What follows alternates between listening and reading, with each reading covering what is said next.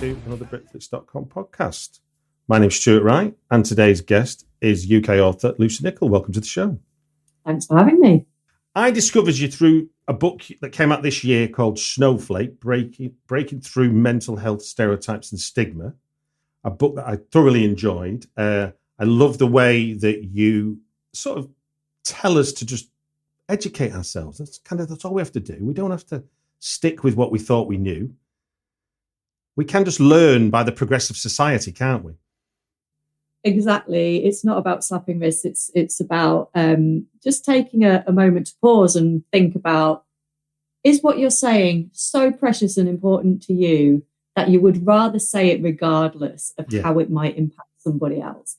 Because really, when we think about it, these like words and things that we get so hung up about because of tradition, you know, at the end of the day, why is that word so important to us? You know, if a word gets bleeped out of a song because it has offended people, why are we so upset about that? I don't think it changes our lives dramatically. So yeah, it's about kind of saying, come on, let's just look at this. Let's look at mental health stigma, see how it affects people, and not get so hung up on words being stolen from us.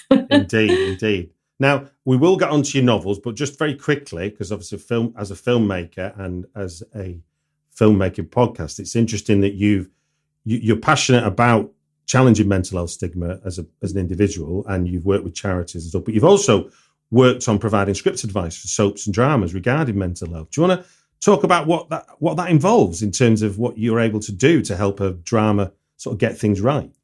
Yeah, that's a brilliant role to get. So I met online, if you like. I met Jenny Regan, who was heading up the media advisory desk for Mind. And because I had a background in kind of the arts, and I was working and writing a lot in mental health. Yeah. So I'd seen numerous scripts when I worked in theatre and stuff. And she said, would you be interested in joining the team as a freelance script advisor? I said, oh, absolutely. And it's such a brilliant and interesting way of working. So basically, it's not about being delivered some kind of final script of a soap opera and marking it in red pen. Okay. It's not about that. The majority of the time, we would be having conversations with story editors, researchers, etc. Yeah.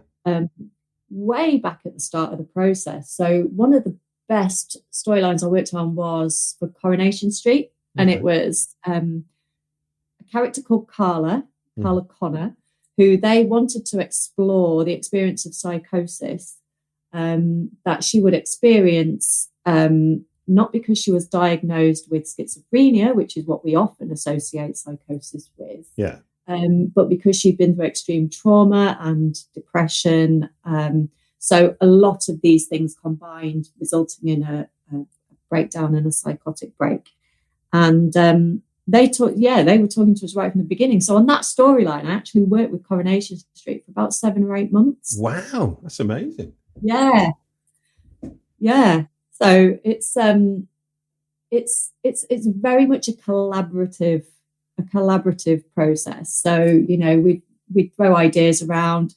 They'd come back to us with like the story beats. If there was something that I felt didn't sit right because it might have been stigmatizing, I'd discuss that with them. If there was something, for example, with legal implications, like, you know, a section under the Mental Health Act, I would have access to Mind's legal team to make sure that everything is, you know, correct.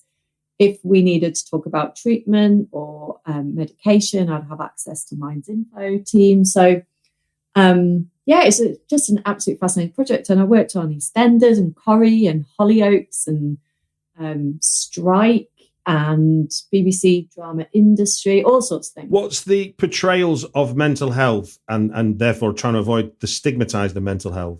Do you see, in a general sense, in drama that's easily avoided, that for a filmmaker listening in, they could take as advice if looking at a script themselves they're doing? One thing that is best to avoid at all costs, and I think you read this in Samaritan's guidelines, but in so many media guidelines for any mental health charity, is methods of suicide that can be very triggering for people and very upsetting for people. And it's not something that you want to risk any kind of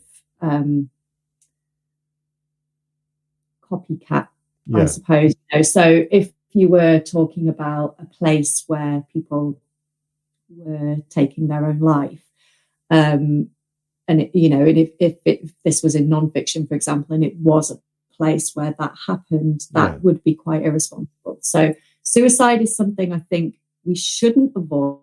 We need to talk about suicide and suicidal ideation, but I think methods of suicide are something to stay away from, or at least not to show explicitly.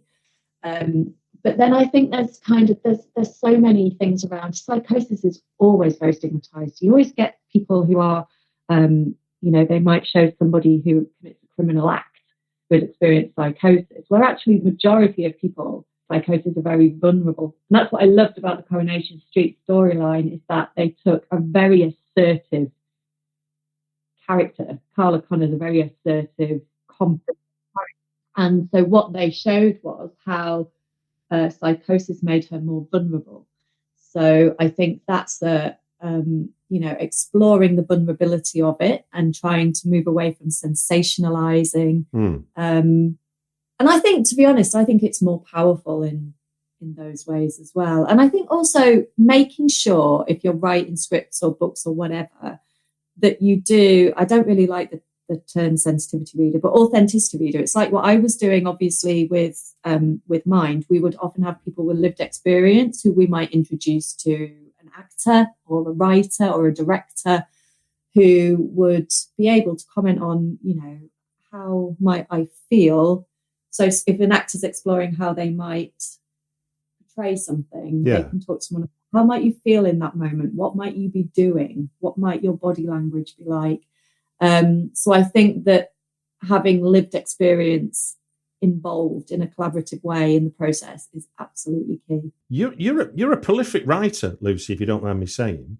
The last few years, there's obviously Snowflake I've mentioned, but in 2021 you get the 27 Club, which is your first Emma and Dave story, Humorous Tale of music myths, mental health and friendship, and then you follow that up in 2022 with the sequel PARKLIFE.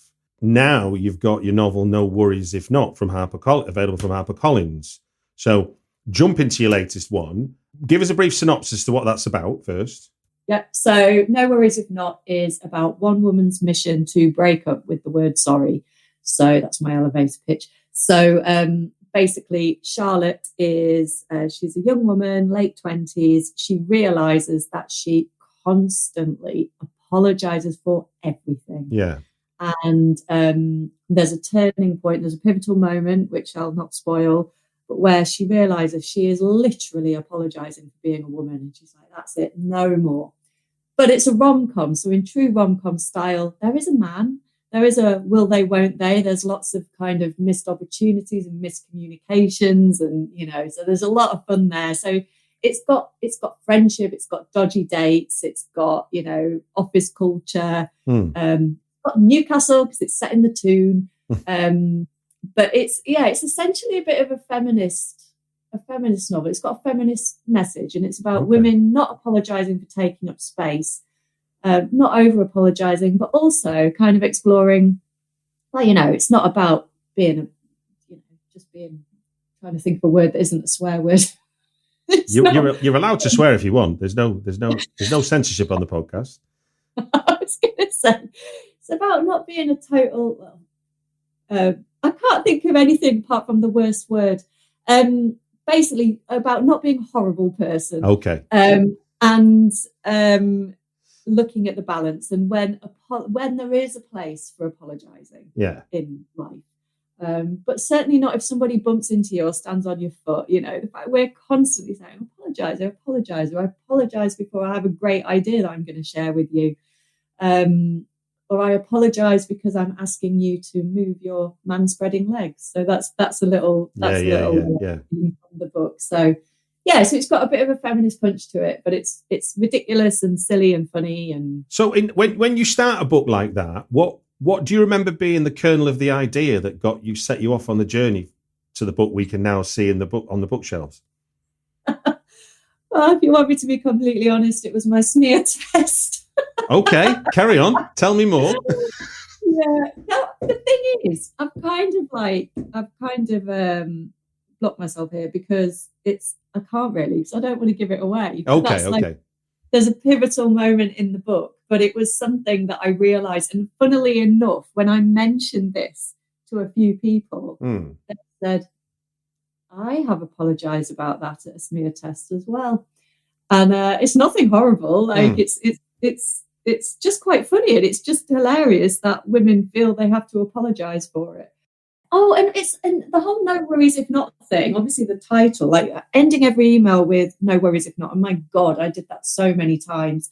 I've stopped doing it since I've written the book. I don't think I've done it once. But we say it, and it's like giving people a get-out clause. It's like giving them permission to turn you down for something.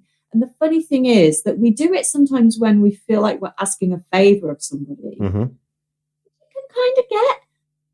But then I've had friends like send me a message asking me if I fancy going out for a drink or something, which is a lovely thing. No worries if not. So it's I do find that quite amusing. When you're writing your novels, what's your process in terms of developing a story? Are you a get up in the morning and catch the get the worm and everything, or are you a late night owl? Or I don't have one, if I'm completely honest, and I've written books totally differently. So like when I wrote 27 Club, it started out with literally no plan, just here's a hook concept. It's going to be about mental health. It's going to link to the 27 Club, and I just start writing and see what comes out. And then, I mean, with that, I actually had a manuscript assessment from an established writer very early doors before I'd only written about chapters or something. Whereas when I wrote PARKLIFE, it was completely the other way around, and I thoroughly plotted it out. I'd prepared everything. I knew exactly what I was going to be writing. With No Worries If Not, I wrote the pivotal scene first, which is chapter 9. Oh wow! Yeah, so I don't really have a process that I use. It's just whatever my brain tells me to do. And in terms of mornings or nights, depends how I've slept. I'm perimenopausal. Sometimes I am not that awake in the morning. So yeah, it depends. It depends how fired up my brain is as to when I'm best writing. But getting out of the house is a really good thing for me, especially going to the coast. I love going to the coast and writing. Well, look, thank you for sharing that. And No Worries If Not from HarperCollins is out 3rd of August. Hopefully by the time this goes live, it will already be out and people can get it. I'll put a link in the show notes so people can find it easy enough. And without further ado, let us move into the film portion of the podcast, which is 3 films that have impacted everything in your adult life. Are you ready for this, Lucy? I am, yes. Brilliant. Now, I'm going to remind people of the rules. And the rules, that sounds very dramatic. Basically, we've got 3 films that Lucy's very kindly shared with me. I'm going to do them in the order you gave them me. We're going to talk about each one for 5 minutes. And then when 5 minutes are up, we will hear this sound. And that's the sound of 5 minutes ending. And then we move on to the next film. That sounds simple enough. Great. Starting us off in 2004, we've got, written by Charlie Kaufman, directed by Michel Gondry, Eternal Sunshine of the Spotless Mind from 2004. Do you want to tell us where this features? Is it impacting on your life and how you saw it, etc.? I think it's just the idea of Eternal Sunshine for the Spotless Mind. So it's basically about there's a couple, they break up, and she's called Clementine, she's played by Kate Winslet, and she's very impulsive, and she hears about a way that she can, because she's so devastated, she can just wipe Joel from her mind. Joel, played by Jim Carrey. She can just wipe him from her mind. to take the pain away, I suppose. So she's wiping all of the memories, everything from her mind. And I just think it's such an interesting idea. You know, would you choose to do that? Would you choose, even if, you know, if you had a great love, or if you had a pet that you loved and that you lost them, would you rather not have any of those good memories because of that heartbreak at the time? So I thought it was a really interesting one. I saw it at the cinema, actually with an ex-boyfriend, and I'll never forget him saying, I was telling my husband about this the other day. He actually said to me, there's a line in it where Clementine is trying to Joel, and Joel says, constantly talking is not necessarily communicating. And I remember my ex saying, that's you, that is. But yeah, my husband agrees. So that's the way. So there's something in the film that I very much relate to. But I think, let's get deeper, on a deeper level. I just think it's such an interesting concept. And in fact, I remember it might have been my dad, somebody saying to me, I don't know if I want to get any more pets because it's too heartbreaking.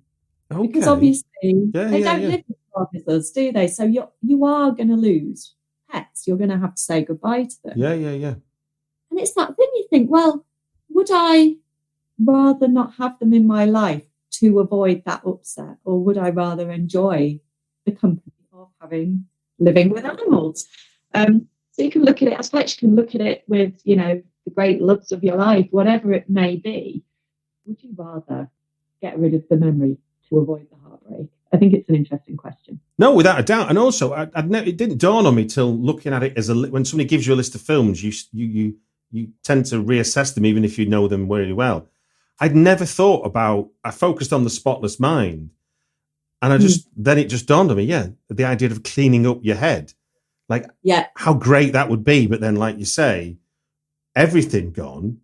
That's not because there's happy. I mean, and you tweet a lot about music and stuff, and I think we have similar kind of, generationally speaking, similar. I remember reading Kim Gordon's book, Girl in a Band. Oh, I've not. Yes. And the thing is, you read it, and it's the story of someone actually I mean, it feels really weird, and maybe I was imposing it on it, but it feels like somebody going, A, did he ever love me? And B, was this band fun at any point? Because when did he stop loving me? Was kind of the subtext of the book as I read it. Because it's one of my favourite bands, and I was expecting this kind of like, wasn't it great being in this band? Da, da, da, da.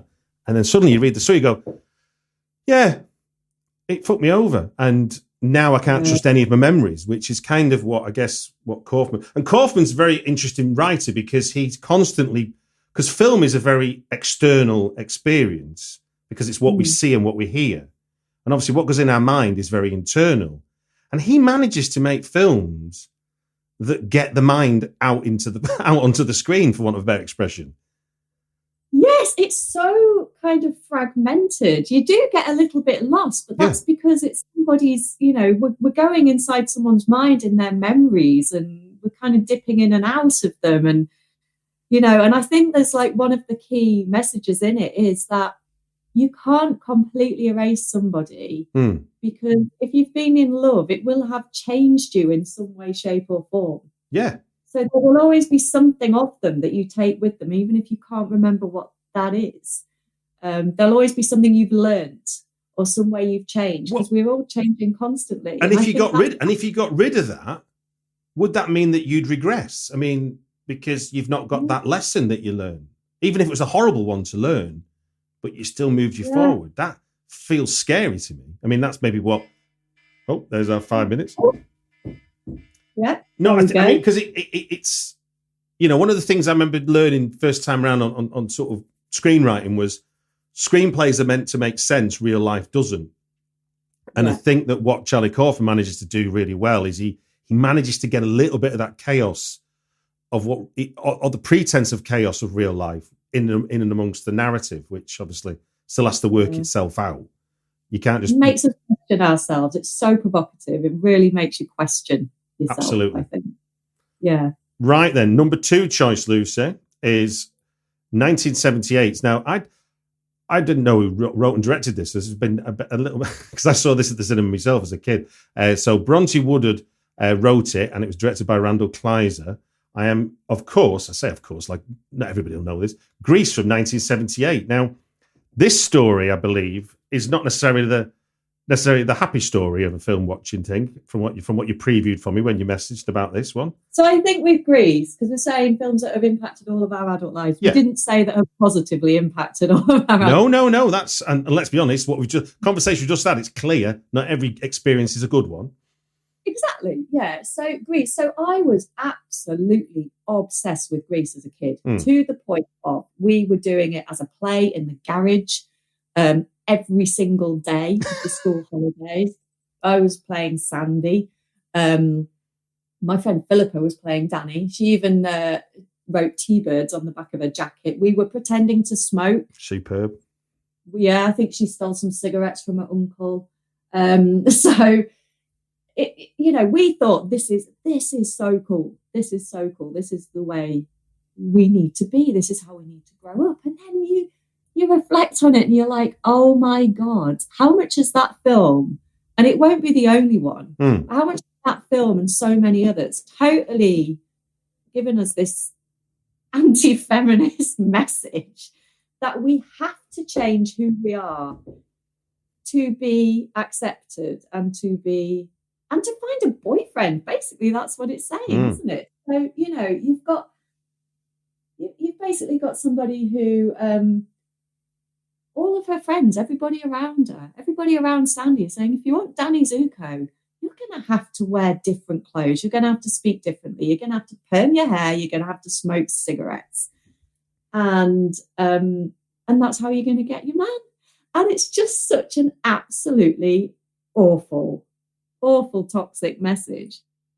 But I think when I think about the years that I loved it and how much I did love it and how much time, I mean, honestly, I sat with another friend, Claire, and we kept pausing the video so we could write the script so we could perform the film in full. We never did. Yeah. But that's how obsessed we were with it. And yeah, I just think, my God, you think of the things that we think today are wrong, oh God, how dare we say the F word and blah, blah, blah, blah. Really, what harm does that do? But films like Grease, honestly, I think if we sat a 12-year-old down in front of Grease today and got them to watch it, I think that would do a lot more damage. What out of interest, when was your great awakening then to this film that you loved so much? I think it probably happened over time. Yeah. I think probably, I don't even know if it was in my 20s. Do you know what I mean? Because I think that's the thing where it has impacted me. I think I behaved in certain ways. I remember, in fact, as I was growing up, I was really into, we're talking about that kind of music, Sonic Youth, Hole and Nirvana and going to Spider's nightclub in Hull. Yeah. And I was single for quite a while when I was younger. And I thought, what I need to do to find a boyfriend is to change all of this and to dress up in high heels and to go to this really crappy nightclub called Position where they play R&B music. And that is how I'm going to find a boyfriend, by looking, dressing, dancing and behaving like a girl. And of course, now I've found my confidence again because I'm older.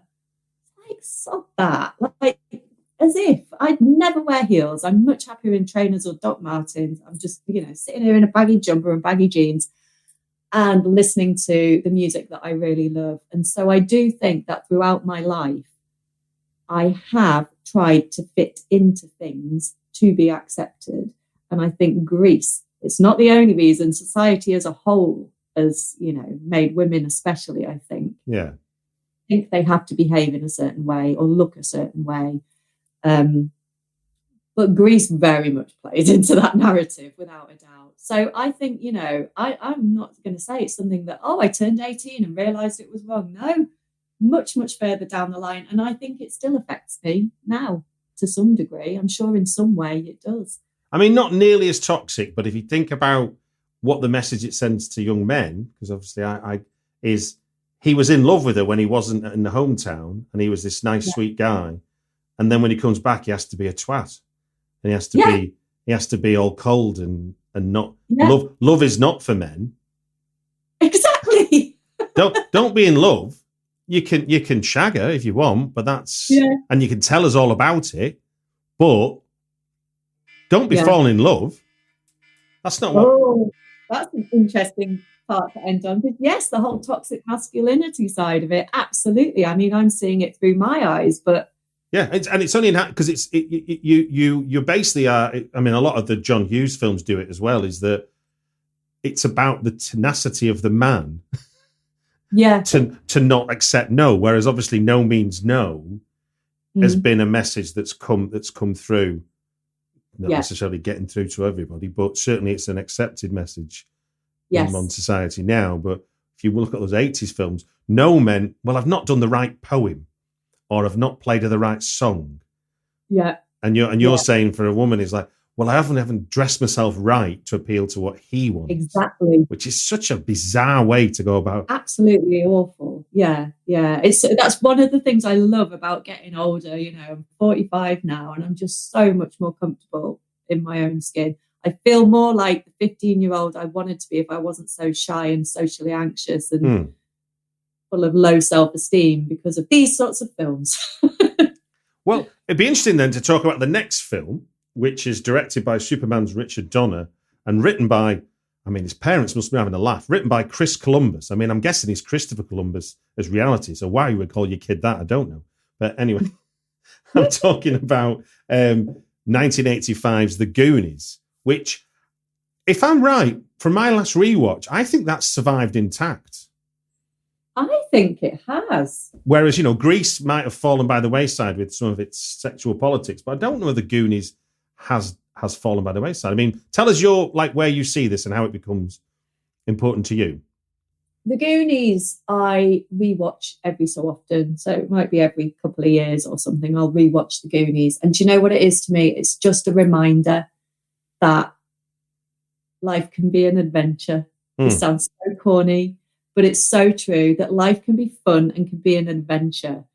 And you just have to make it that way. And you don't have to become serious, boring grown-ups. Like, who wants to be one of those? I don't.